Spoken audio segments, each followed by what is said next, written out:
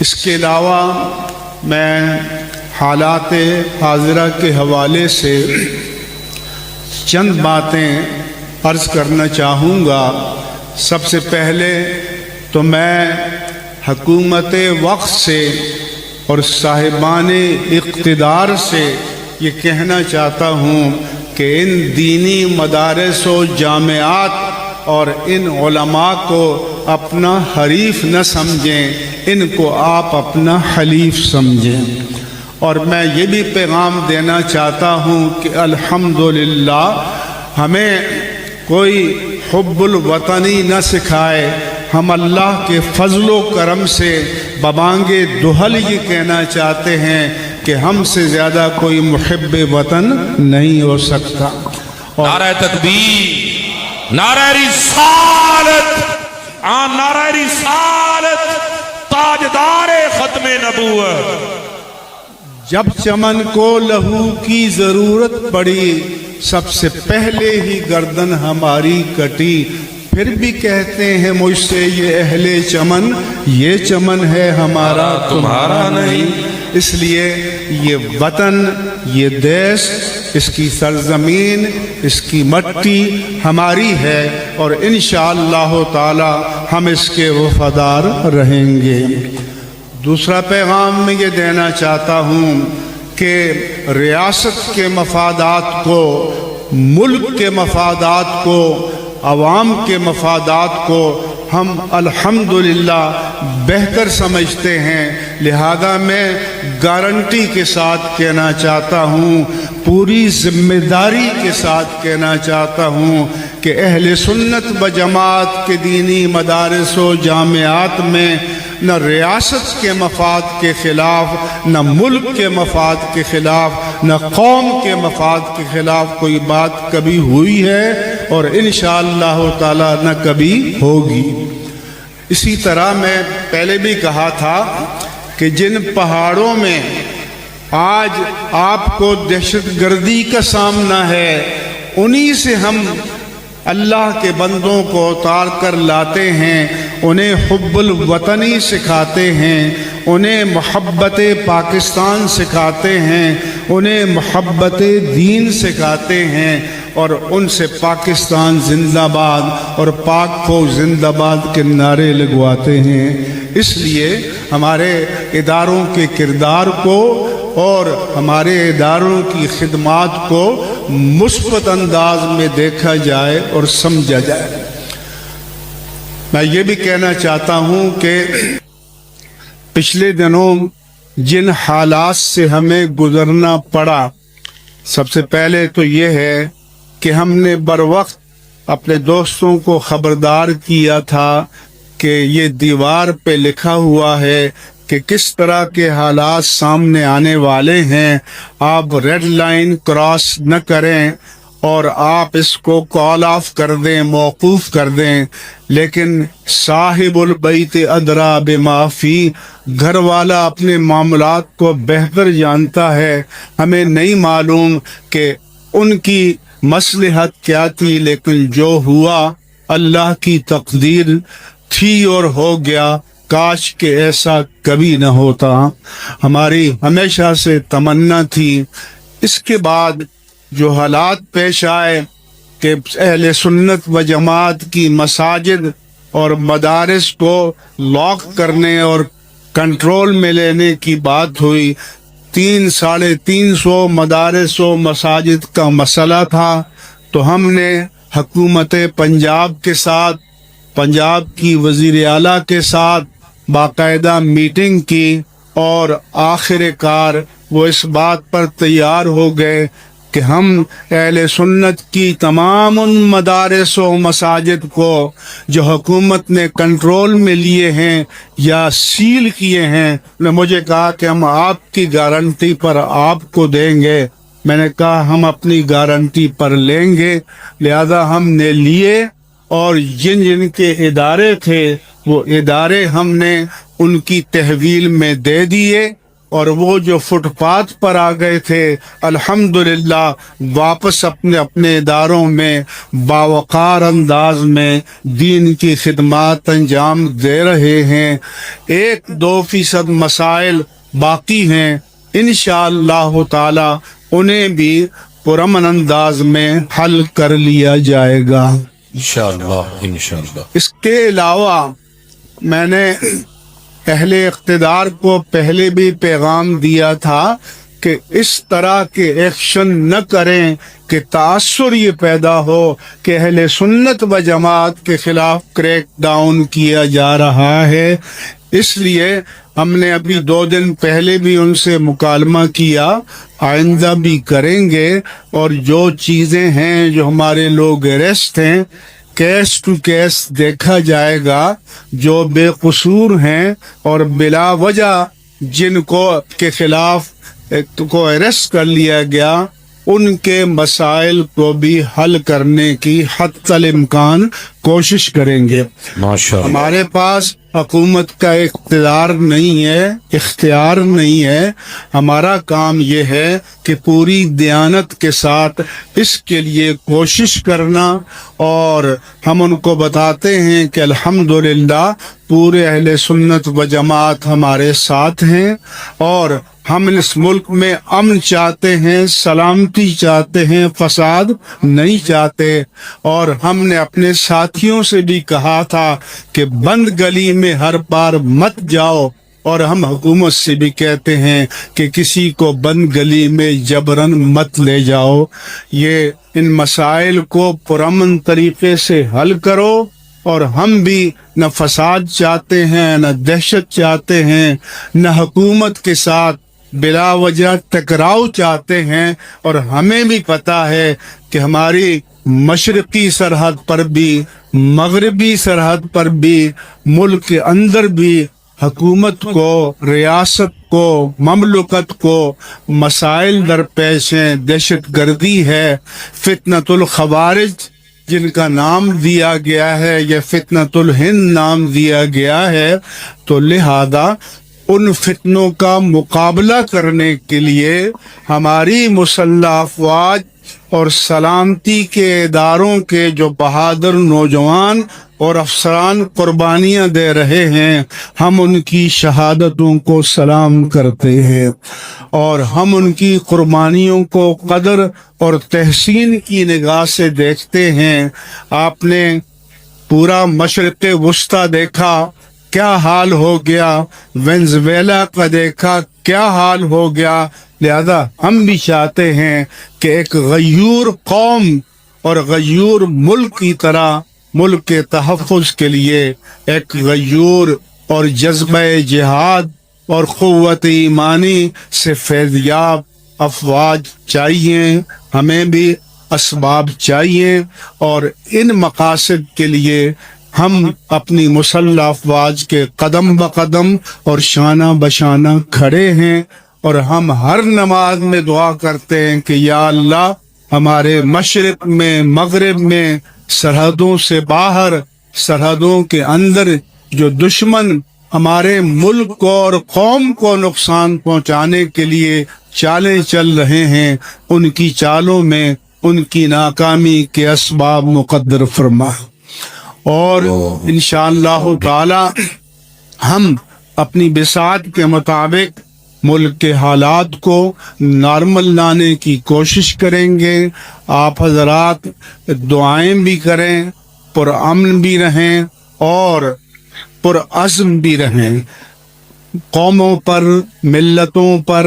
مشکل وقت آتا ہے، لیکن جو غیور قومیں ہیں وہ مشکل وقت کو بھی حوصلے کے ساتھ، ہمت کے ساتھ، جرأت مندی کے ساتھ ان حالات کا مقابلہ کرتے ہیں، ان کا سامنا کرتے ہیں، اور اب بھی انشاءاللہ تعالی اہل سنت و جماعت سرخرو ہوں گے، اور لیکن یہ ملک یہ بنانا ریپبلک نہیں ہے، یہاں پر باقاعدہ آئینی اور قانونی نظام موجود ہے، اور آئین اور قانون کے دائرے میں رہتے ہوئے ہم بھی کام کرتے ہیں، اوروں کو بھی کام کرنا چاہیے، اور تصادم کی نوبت نہیں آنی چاہیے. یہ نہ ہمارے مفاد میں ہے نہ ملک کے مفاد میں ہے. وہ دین کہ جس نے یہ بتایا ہو کہ من قتل نفسا بغیر نفس او فساد فی الارض فکأنما قتل الناس جمیعا، کہ جس نے کسی ایک بے قصور جان کو کسی قصاص کے بغیر یا فساد فی الارض کی جرم کے بغیر قتل کیا تو گویا اس نے پوری انسانیت کو قتل کیا. پوری انسانیت کے تحفظ جان کے اجتماعی حق کو پامال کیا. ومن احیاہا فکأنما احیا الناس جمیعا، اور جس نے ایک بے قصور جان کو بچایا گویا اس نے پوری انسانیت کو بچایا. لہذا یہاں قوم اور حکومت کے درمیان اس درجے کا تصادم نہیں ہونا چاہیے کہ جہاں جانی نقصان ہو، انسانیت کی حرمتیں پامال ہوں. جو ہو چکا ہے ہماری کوشش ہے کہ اس کا کوئی ازالہ ہو اور پھر سب کے لیے میدان عمل میں کام کرنے کے لیے آئین اور قانون کے دائرے میں پرامن مواقع دستیاب ہونے چاہیے. ہم تنظیم المدارس اہل سنت پاکستان، ہم اکیڈمک ادارے ہیں، تعلیمی ادارے ہیں. ہمارا مشن تعلیم و تعلم ہے. ہمارا مشن دینی مدارس و جامعات کی حریت فکر و عمل کا تحفظ ہے. ہمارے مسجد کا ممبر اور مصلی آزاد ہونا چاہیے، مسند تدریس آزاد ہونی چاہیے، مسند کتابت آزاد ہونی چاہیے. اور ہمارا جو بندہ مائک پر بیٹھا ہے اس کو ذمہ دار بھی ہونا چاہیے اور اپنی قومی اور ملی اور دینی ذمہ داریوں کے تقاضوں کی پاسداری کرنی چاہیے. ہم کسی عملی سیاست میں نہیں ہیں، لیکن اس ملک کے حکمرانوں کو سب کو سمجھنا چاہیے کہ ہمارا ایک مسلکی اور دینی جو تعلق ہوتا ہے اس کی ہم کبھی نفی نہیں کر سکتے. اس کی پاسداری ہمیں کرنی پڑتی ہے اور قوم ہم سے توقع رکھتی ہے، لیکن قوم کو ہم سے قانون اور آئین کے دائرے میں توقع رکھنی چاہیے. انشاءاللہ تعالی ہم اپنی بہترین صلاحیتوں کو کام میں لاتے ہوئے ان کے اعتماد پر پورا اترنے کی کوشش کریں گے. اس کے بعد میں کہنا چاہتا ہوں کہ جامعہ نظامیہ رضویہ ہماری المدارس ہے. یہ پاکستان میں اہل سنت و جماعت کا سب سے بڑا ادارہ ہے اور ماشاءاللہ اس کے کئی کیمپسز ہیں اور 5-6 ہزار طلباء اور طالبات اس کے میں تعلیم پا رہے ہیں. اور جیسا کہ مجھ سے پہلے علامہ رضا ثاقب مصطفی نے بتایا کہ دنیا میں جہاں جہاں وہ گئے جامعہ نظامیہ کے نور علمی کے فیضان کو اس نے ہر جگہ پایا ہے. انشاءاللہ یہ ادارہ ترقی کرے گا. ملک کے اندر اور ملک سے باہر جو حضرات ہمارے پیغام کو سننا چاہتے ہیں میں ان سے اپیل کروں گا کہ جامعہ نظامیہ رضویہ کے ساتھ آپ جڑے رہیں، وابستہ رہیں، آپ تعاون کریں. اور میں آج مسند فضیلت پر فائز ہونے والے اپنے جوان علماء سے یہ کہوں گا کہ آپ حضرات یہاں سے جانے کے بعد اپنے اساتذہ اور اپنے مادر علمی کے ساتھ اپنے تعلق کو مستحکم رکھیں، قائم رکھیں، جڑے رہیں. یہ ہمارے اور آپ سب کے استاد الاساتذہ مفتی اعظم پاکستان علامہ مفتی محمد عبد القیوم ہزاروی رحمہ اللہ تعالی و نور اللہ مرقدہ کی کرامت ہے کہ آپ کے وصال فرمانے کے بعد یہ ادارہ جامعہ نظامیہ رضویہ کے لائق و فائق اور فاضل اساتذہ کرام علامہ ڈاکٹر فضل حنان سعیدی صاحب، علامہ ظہیر الدین بٹ صاحب، علامہ احمد رضا سیالوی صاحب اور دیگر سارے مقتدر ممتاز اجلہ افاضل علماء کرام اور اس ادارے کی خشت قدیم اور بقیت السلف حضرت علامہ غلام فرید ہزاروی صاحب، جامعہ کے تمام اساتذہ کرام، دیگر علماء کرام، اکابر ملت جو اسٹیج پر تشریف فرما ہیں اور آج مسند فضیلت پر فائز ہونے والے علماء کرام اور تکمیل حفظ قرآن کریم کی سعادت سے فیضیاب ہونے والے حفاظ و قرائے کرام، اس جامعہ کے معاونین جو یہاں موجود ہیں یا جو آن لائن دنیا کے کسی بھی خطے میں آج ہمارے ساتھ شریک مجلس ہیں، ان سب کی تکریمات، تشریفات، اعزازات اور احترامات لائقہ کے ساتھ اس ادارے سے فیضیاب ہونے والے جملہ طلباء کرام، طالبات اور ان کے جملہ معلمین و معلمات اور حاضرین مجلس، سب سے پہلے میں آج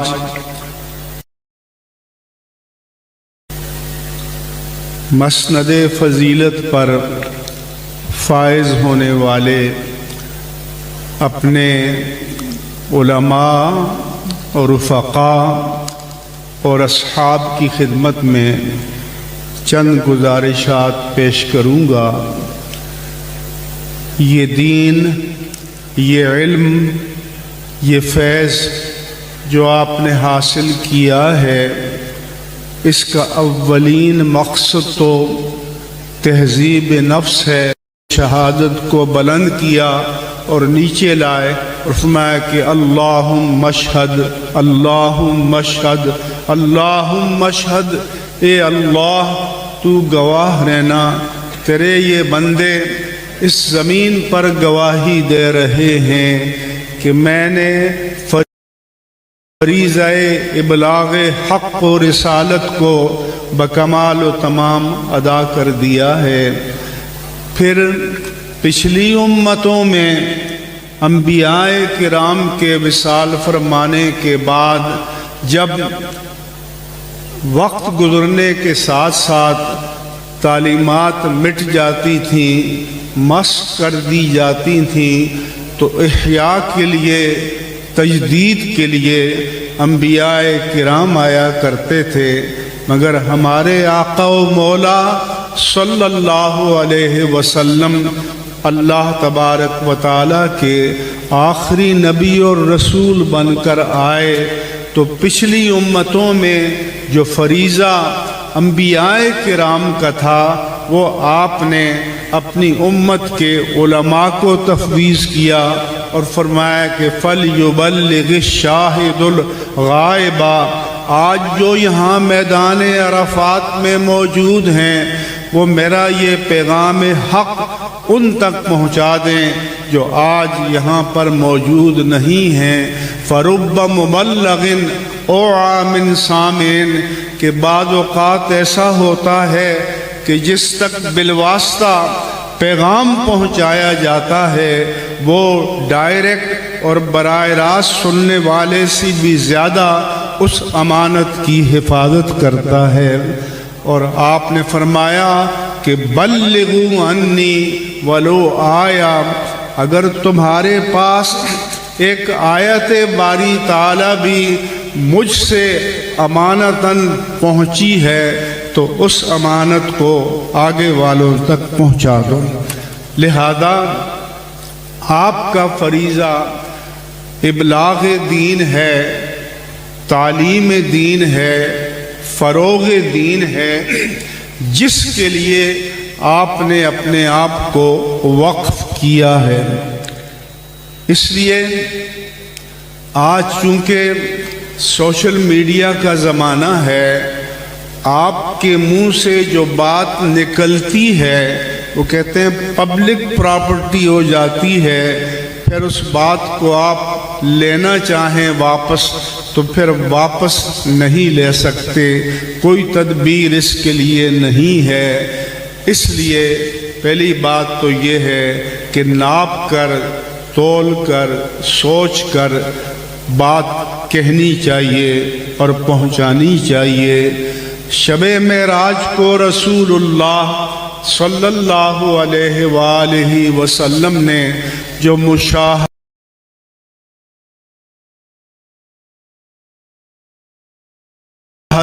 دیکھے